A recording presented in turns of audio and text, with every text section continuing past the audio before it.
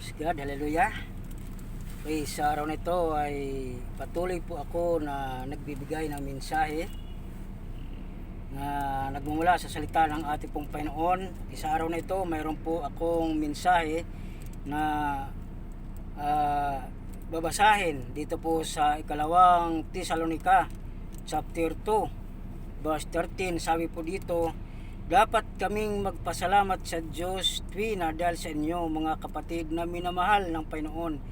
Nagpapasalamat kami sapagkat hinirang niya kayo upang maunang pagkalooban ng kaligtasan sa magitan ng kapangyarihan ng Espiritu nagpapabanal sa inyo at ng iyong paniniwala sa katotohanan. Tinawag kayo ng Diyos sa magitan ng mabuting balitang ipinahayag namin sa inyo upang makasama sa kalawalhatian ng ating Panginoon Jesucristo.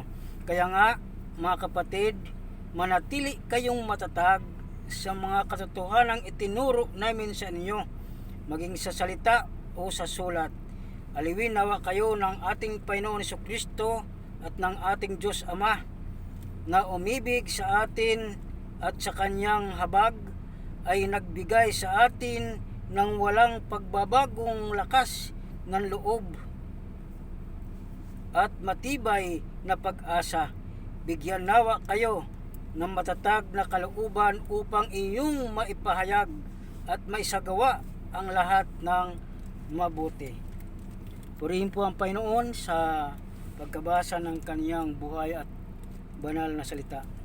Okay, sabi po dito sa salita ng ating Panginoon na aking pong binasa, sabi po dito, hinirang upang iligtas. Okay, sa panahon natin ngayon, kailangan na ng tao na mayroon po silang matatanggap na katiyakan sa kanilang mga buhay. Madali lang hanapin ang kaligtasan sa buhay ng tao sa mundong ito. Dahil ang salita ng Panginoon ay alam naman natin na marami na ang nangangaral, nagpapahayag ng salita ng ating Panginoon sa panahon natin ngayon. Kaya ang kailangan na lang sa panahon natin ngayon na pakinggan ang mga salita ng ating Panginoon ng mga tao. Dahil dito sa salita na aking pong binasa, salita ng ating Panginoon, tunay nga na hanggang ngayon, habang ang salita ng Panginoon ay nandito pa sa mundo, ay patuloy po na mananawagan ang Panginoon sa mga tao para ang kaligtasan ay makamtan nila. Kaya sabi po dito sa talata, tinawag kayo ng Diyos sa pamamagitan ng mabuting balitang ipinahayag namin sa inyo upang makasama sa kalawalhatian ng ating Panginoon Jesucristo. Ito pala ang layunin ng ating pong Panginoon Diyos kung bakit tinatawag ang mga tao sa panahon natin ngayon ng kanyang salita na ipinapangaral, ipinapahayag sa bawat sulok ng Pilipinas at ng mundo, dahil mayroon pala ang layunin ang ating pong Panginoon Diyos. Dahil ang sabi po dito, tinawag kayo ng Diyos sa pamamagitan ng mabuting balitang ipinahayag namin sa inyo upang makasama sa kalawalhatian. Dito sa talata, ito po ay sulat po ito ni Apostol Pablo sa mga taga Tesalonica, itong mga tao na nakikinig ng salita ng ating Panginoon, ay pinangaralan sila ni Apostol Pablo. Kaya ang pangangaral po ni Apostol Pablo, ito po yung kaligtasan na walang iba. Ng kaligtasan ito ay makakamtan lamang po dito sa salita ng ating pong Panginoon. Dahil ang sabi po dito, nagpapasalamat kami sapagkat hinirang niya kayo upang maunang pagkalooban ng kaligtasan sa magitan ng kapangyarihan ng Espiritong nagpapabanal sa inyo at ng iyong paniniwala sa katotohanan. Paniniwala sa katotohanan, ito ang katotohanan na mahirap tanggapin at iniiwasan ng mga tao.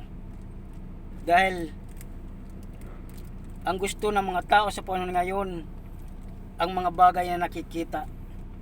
Pero ang totoong mga bagay na nakikita, kung saan doon makatagpuan ang kaligtasan, ito ang salita ng ating Panginoon. Sabi po dito ni Apostol Pablo, tinawag kayo ng Diyos sa magitan ng mabuting balitang ipinahayag namin sa inyo upang makasama sa kaluwalhatian ng ating Panginoon Jesucristo.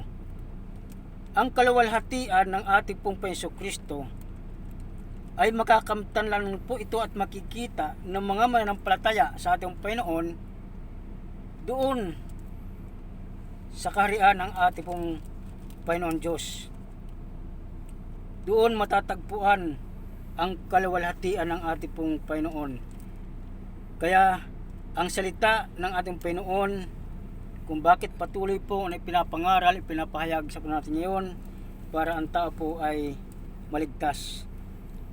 Kaya sa ito, kaya nga mga kapatid, manatili kayong matatag sa mga katotohanang itinuro namin sa inyo, maging sa salita o sa sulat.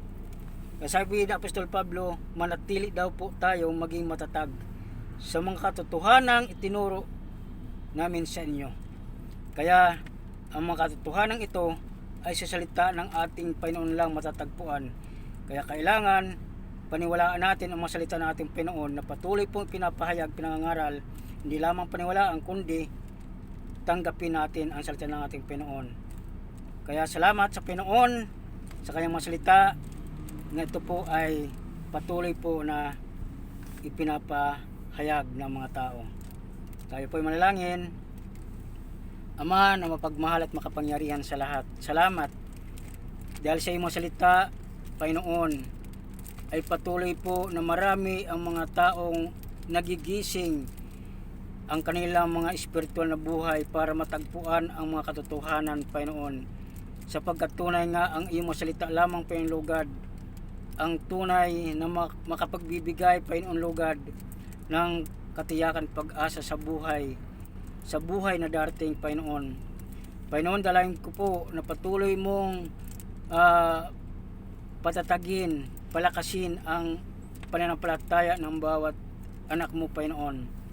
At higit sa lahat po, Panginoon Lugad, ang dalangin ko po na ang iyong salita ay patuloy pa na maipangaral, maipahayag sa mga tao na wala pang pananampalataya sa inyo, Panginoon.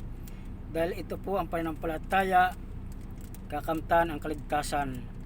Panginoon, salamat sa iyong salita na patuloy nga nagpapaalala, nagtuturo ng mga katotohanan na ito po, Panginoon Lugad, ay patuloy po na may pamuhay, masunod ang iyong kalooban sa buhay ng iyong mga anak. Salamat po, Ama, sa katapatan mo. Salamat po, Ama, dahil ikaw ang aming patuloy na sinasampalatayanan, pinaniniwalaan, pinagkakatiwalaan sa iyong mga buhay, na ikaw ang aming Diyos na hindi nagbabago sa buhay ng bawat anak mo, Panginoon. Salamat po, salamat sa lahat.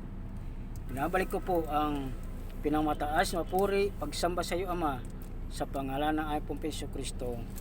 Amen.